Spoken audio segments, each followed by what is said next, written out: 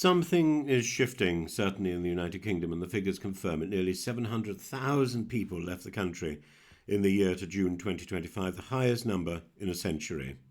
And what should alarm ministers is not simply the number of departures, but who is going. A net 110,000 British citizens aged 16 to 34 emigrated in the latest data. In other words, almost every British citizen now leaving is young. For a country with a rapidly ageing population, that is not just a blip in the statistics, it's a warning that the United Kingdom risks exporting the very talent and creativity that it needs to sustain itself. We hear a great deal about wealthy hedge fund owners threatening to leave over tax changes. Meanwhile, people who are actually packing their bags are recent graduates, nurses, engineers, teachers, designers, coders, people who once assumed their future lay here. And when asked why, they provide a remarkably consistent explanation. They feel overtaxed, underhoused, undervalued. In Britain, young adults pay high taxes yet struggle to afford basic security. They enter a job market where opportunities are scarce. They rent homes they will never own. They queue for overstretched services funded by taxes they feel are rising faster than living standards. There's a deeper emotional truth as well here. Young Britons no longer trust that if they work hard and contribute, the country will reward them for their effort. The social contract is frayed. Consider the destinations that are attracting them. Australia offers sun and stable wages, but more importantly, the belief that life can actually improve year by year. Spain, Portugal, Germany promise better quality of life and functioning public services, often at lower cost. Tech hubs in Poland and Greece now outcompete British cities for investment. Dubai promise aspiration, whether one shares its values or not. These young people are not running from responsibility. Many are pursuing opportunity, and increasingly that opportunity is abroad.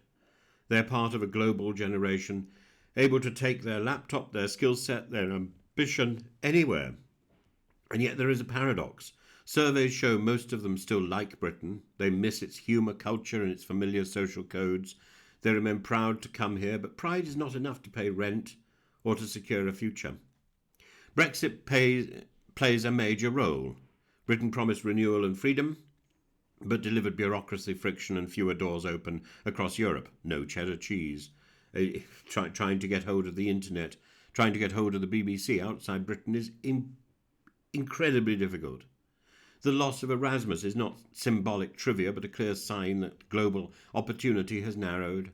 Add soaring housing costs, weak productivity, and a politics defined more by anger than by hope, and the decision to try elsewhere becomes easier, not harder.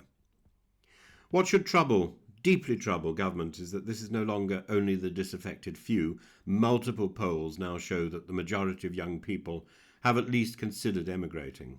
Housing fears cross party lines. There's no one left-wing.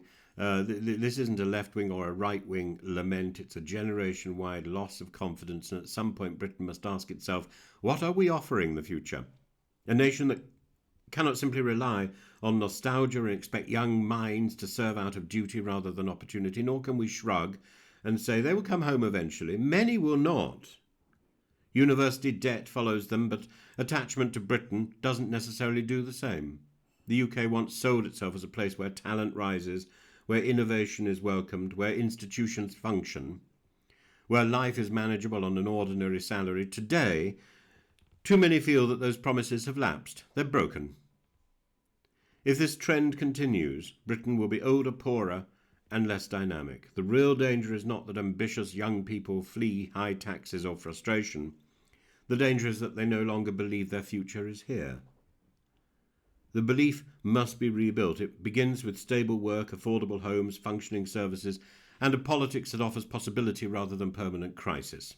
Above all, it requires leaders who recognise that optimism is a national asset. Britain cannot afford to treat its youth as expendable in the way that it does. The country must convince them that staying is not an act of resignation, but a step towards a life that can flourish. Young people have spoken with their feet. The question now is whether the UK is actually bothering to listen.